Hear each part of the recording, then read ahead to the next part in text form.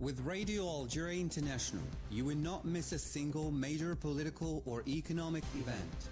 Radio Algeria International, our voice in the world.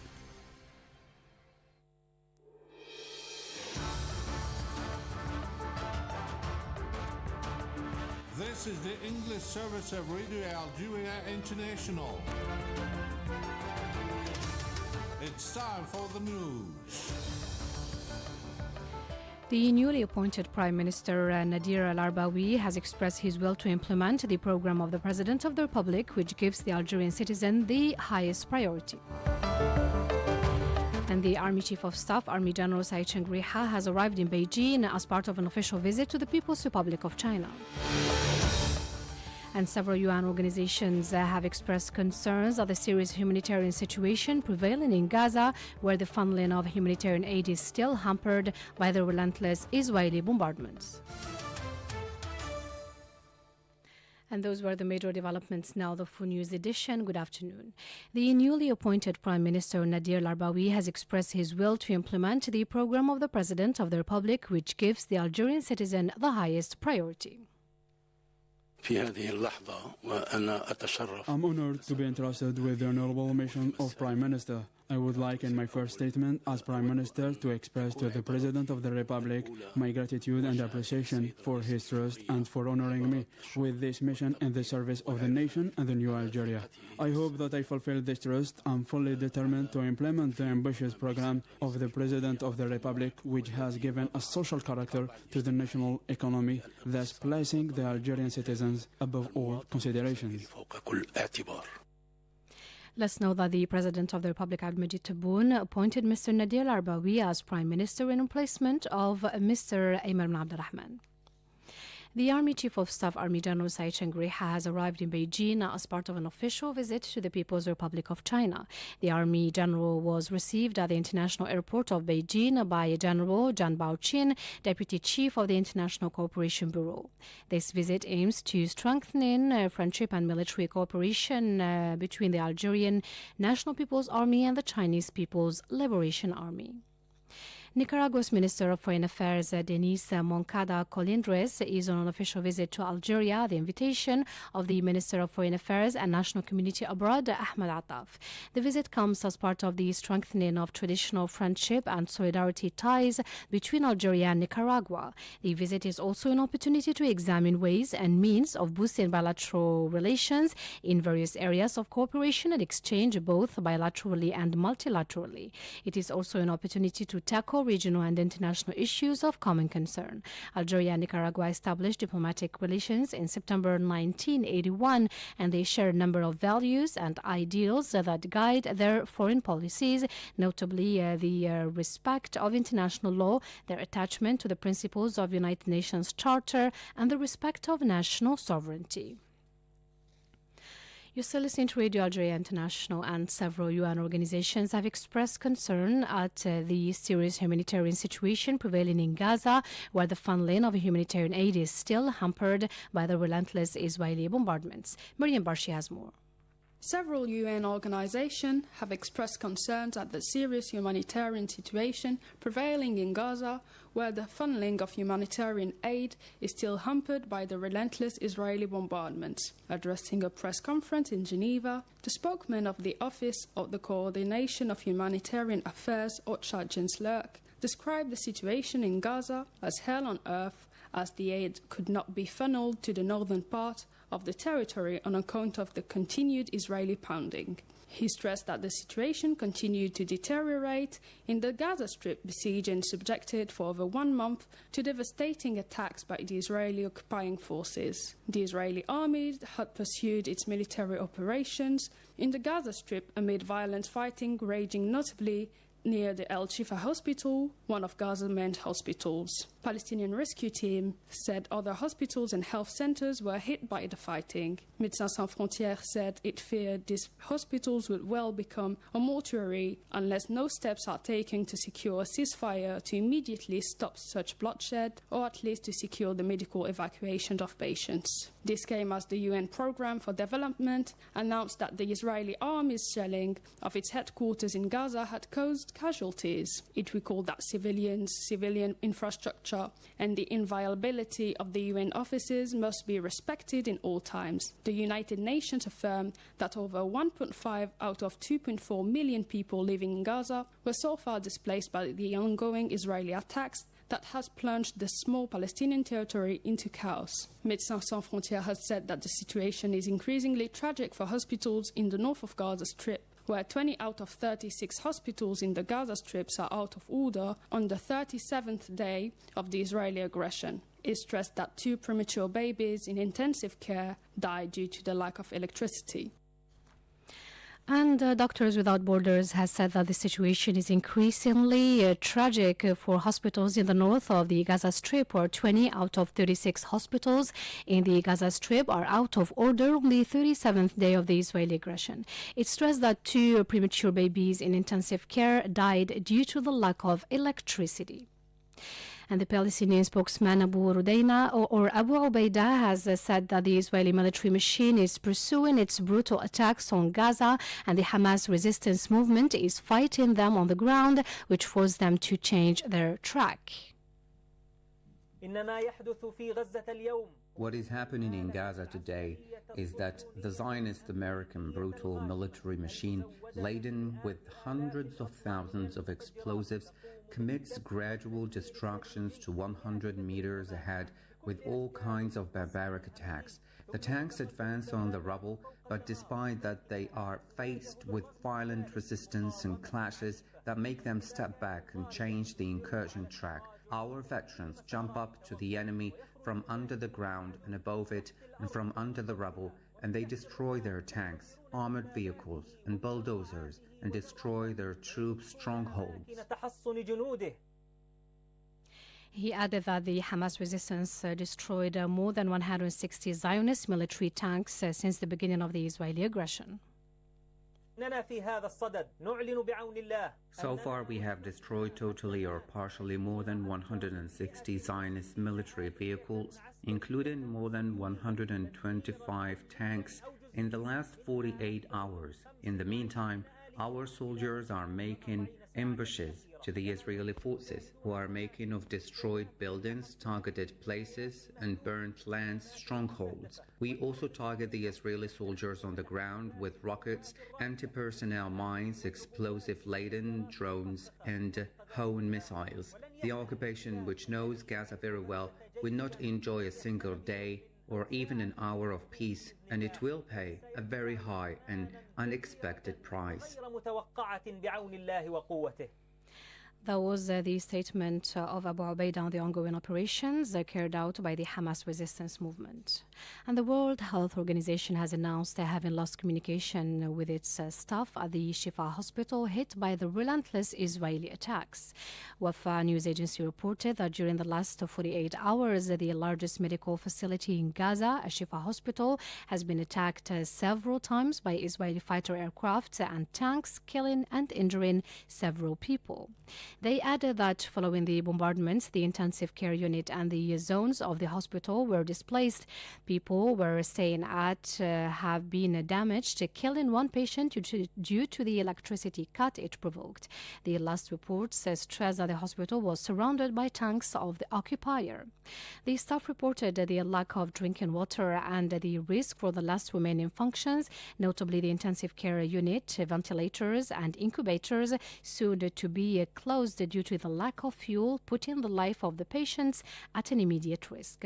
Once again, the organization called for an immediate ceasefire, stating that it is the only way to save lives and reduce the suffering of the Palestinians. It reminded that hospitals, patients, health agents, and hosted individuals in health facilities are protected by the Geneva Conventions and international humanitarian rights, calling for safe and unconstrained medical evacuations to Egypt via the Rafah border post for the sick and severely injured.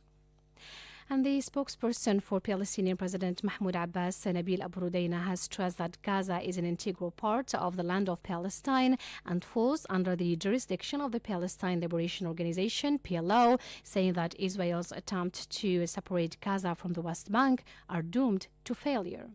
Abu Rudaina said that no matter the pressures and continuous threats, such separation would not be allowed, stressing that the consolidation of Israel's occupation in the West Bank, Gaza and East Jerusalem would not bring security to anyone. You're still listening to Radio Algeria International, and Abu Rudaina went on saying that the Israeli occupation to cease its aggression against the Palestinian people in Gaza and the West Bank, and urged the U.S. administration to take immediate action to stop Israel's campaign of genocide in Gaza. He pointed out that security and stability in the region and the world could only be achieved by ending the Israeli occupation and establishing an independent Palestinian state within the 1967 borders.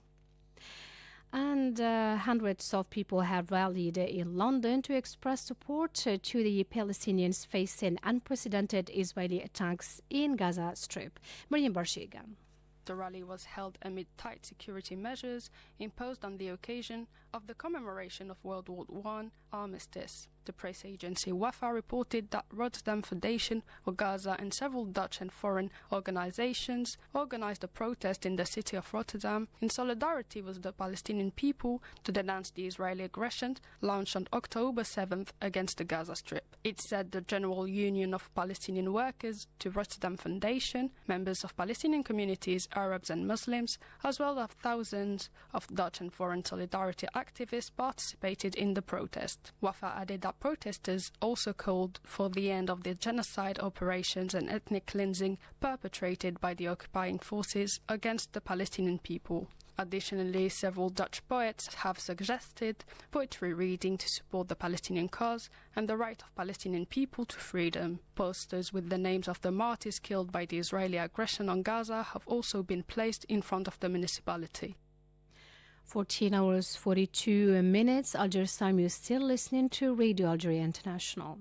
And back to the country now. And the western city of Oran will host tomorrow the 2023 North Africa Energy and Hydrogen Exhibition and Conference with the participation of hundreds of companies coming from around the globe.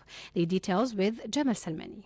On the eve of the holding of one of the largest and most influential international exhibition and conference in Africa and Mediterranean, here in the city of Oran, energy and hydrocarbons professionals have arrived in order to meet, network, do business, and share ideas on the future development of the North Africa and Mediterranean regions. The 11th edition of the North Africa Energy and Hydrogen Exhibition and Conference, which is to be held this year under the theme Promoting a Gradual Energy Transition Through Technological Innovation, will bring together the national oil companies, international oil companies, leading energy companies, solutions and technology providers, and government representatives to discuss, share knowledge, and accelerate progress towards achieving the energy transition, decarbonization, carbon capture, and mitigating climate change. At the Oran International Convention Center, Mohammed bin Ahmed, the three-day conference and exhibition planned to deliver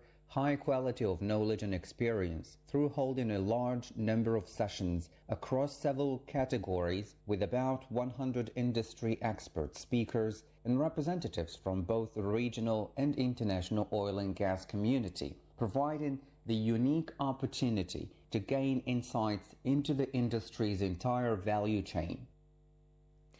14 hours 43 minutes. Algiers time. You still listening to Radio Algeria International, and time now for our headlines.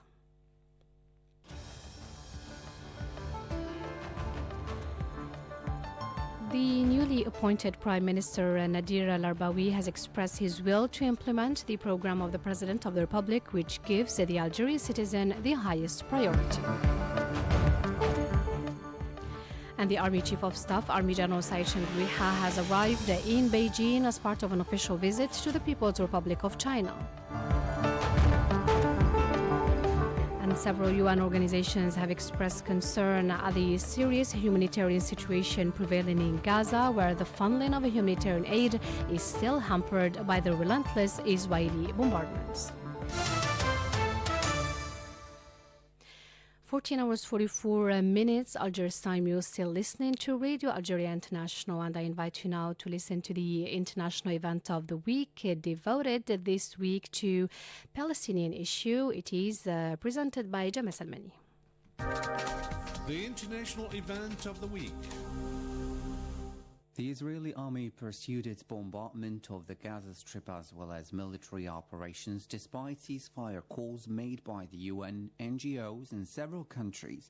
The death toll of the all-out operation launched by Israel 1 month ago continued to increase daily, exceeding 10,000, along with the disastrous humanitarian situation caused by shortages of food, water and medical care. This would undeniably cause the number of not only the victims of the Israeli bombardment, but also of the collateral effects of such a bombardment to drastically increase. As the Israeli strikes intensify, the heads of several major UN bodies made a united call for a humanitarian ceasefire in Gaza. They rejected as unacceptable that, as they put it, an entire population is besieged and under attack, denied access to an essential assistance, bombed in their houses, shelters, hospitals and places of worship. Asked on whether the international community has any leverage to force Israel to stop its aggression on Gaza, our political analyst Hamoud Salhi had the following. This is the right call. It is expected of the United Nations and several United Nations bodies to make and to take a stand against the genocide that is happening in Gaza and to call for a ceasefire and to do its best to stop the continued bombing of Gaza. But the United Nations remains a body that is controlled by the major powers, especially the United Nations Security Council, where the United States plays a major role and has used its power to protect Israel and held it not accountable for any violation of international law. But what is happening is that we need to look at what is the other part of the international community. This is a grassroots movement. These are the demonstrations that we've seen all over the globe, and which are designed to put and are calling for Israel to be accountable for its action and to stop the genocide of the Palestinian. That community has the ability to impact their governments, their states, and even the United Nations. As we have seen recently, the United States, for example, has shifted its position to be calling for a certain kind of political solution or take a pause for hours. All these are a result of the pressure by the international community, and that should continue.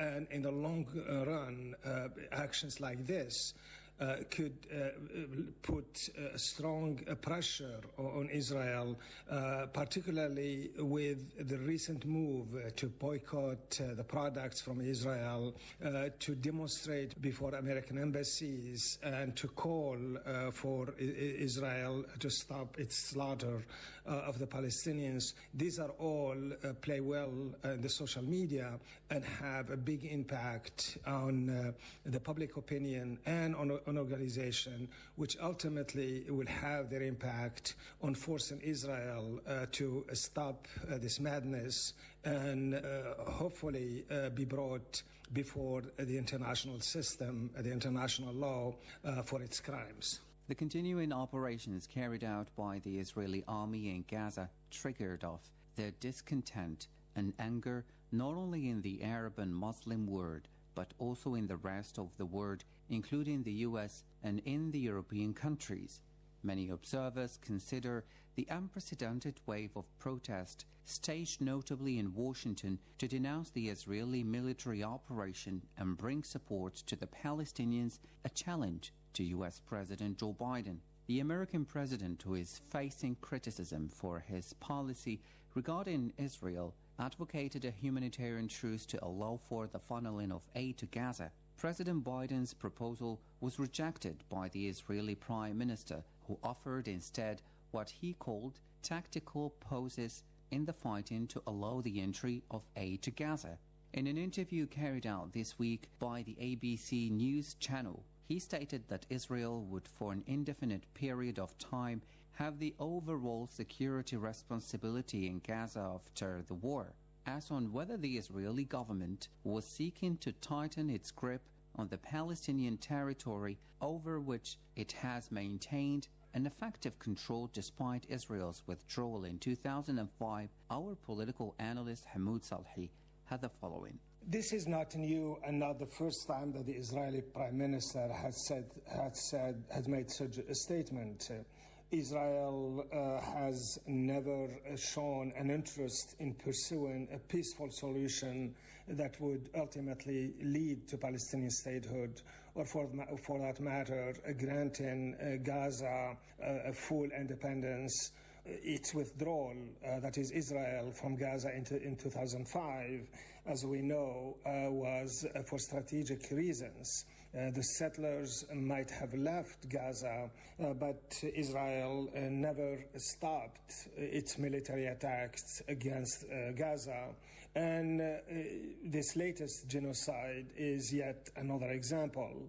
It is not therefore a surprise for the Israeli Prime Minister to make such a statement. However, this statement has also another meaning. It should be placed in the context of, number one, his failure to achieve what he calls the eradication of Palestinians and the forced deportation of all Gazans to either neighboring countries or to the south. His current plan, as we know, is to build a heavy security force in northern Gaza and force the Palestinians leave to the south and continue to bomb them. However, as we continue to see, this plan too will fail. It has been met with a strong resistance, and the Palestinians have proven resilient. And whether Netanyahu will continue to establish heavy security in Gaza may not be in the right interest of Israel, as has been stated by analysts, including Israelis, who blame Netanyahu for taking on the Palestinians and pursuing such genocide. Addressing the situation in Gaza during a summit meeting of the G7 held this week in Tokyo, the U.S. Secretary of State Antony Blinken ruled out the idea of a reoccupation of Gaza after the conflict ends, no reduction in the territory of Gaza, and no attempt to blockade or besiege Gaza. He said steps to bring about a sustained peace should be taken, notably plans that include Gaza unified with the West Bank under the Palestinian Authority and a pathway to a peaceful coexistence between Israelis and the Palestinians. Asked on whether the U.S. administration had come to the conclusion that a political solution remains the only way of safeguarding security and stability in the Middle East, our political analyst Hamoud Salhi commented the issue. I think with the pressure mounting on the U.S. administration, particularly on President Biden, and with the upcoming election, the United States is moving toward a political solution, but it is doing it the wrong way. It wants to find a political solution by way of establishing a certain form of political power that would rule Gaza. That could be through the United Nations or neighboring countries or an organization such as the Arab League or the Organization of the Islamic State. The Secretary of State's visit was placed in that context. And the reason for this shift, as I stated earlier, is purely for political survival. The United States is cornered. The Arab American, the Muslim communities, the African American, the Latino American, and a lot of supporters of the Palestinians are making it clear that they will not vote for the Democrat in the next election. And that put the whole administration of the whole Democrat power in jeopardy in Congress. In addition, there is a huge movement to boycott Israeli goods in the United States. There are also marches, demonstrations before companies that sells arms to Israel. And also, as we know, there are resignations in the State Department. Those who feel that what's happening in Gaza is too much and it's a form of genocide, and the United States should not have taken a stand by supporting Israel without any conditions. So the political solution is a way out for this current administration, but sadly enough, like in many examples in the past, the United States is also using this to meet the demands or to work with Israel, refusing to put any kind of pressure to stop them from killing the Palestinians or stop providing them aid.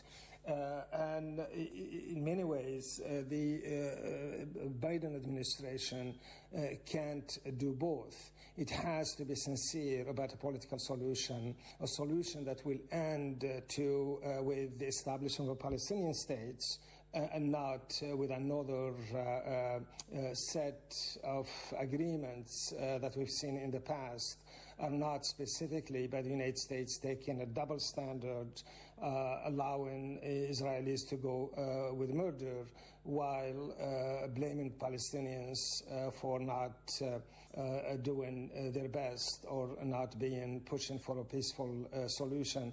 So in many ways, this is this is for political survival. Perhaps it could be seen as a step in the right direction, but the United States must do more in order to be trusted or to give this political shift some kind of credence. This week, one Palestinian journalist was killed, together with 42 relatives, in the ongoing Israeli pounding of Gaza. Thousands of Palestinians have lost their houses and displaced by the Israeli strikes targeting Gaza for weeks now. مقالات برنامج السلطة الخامسة لهذا الاثنين من وول ستريت جورنال. نقرأ المراحل الأكثر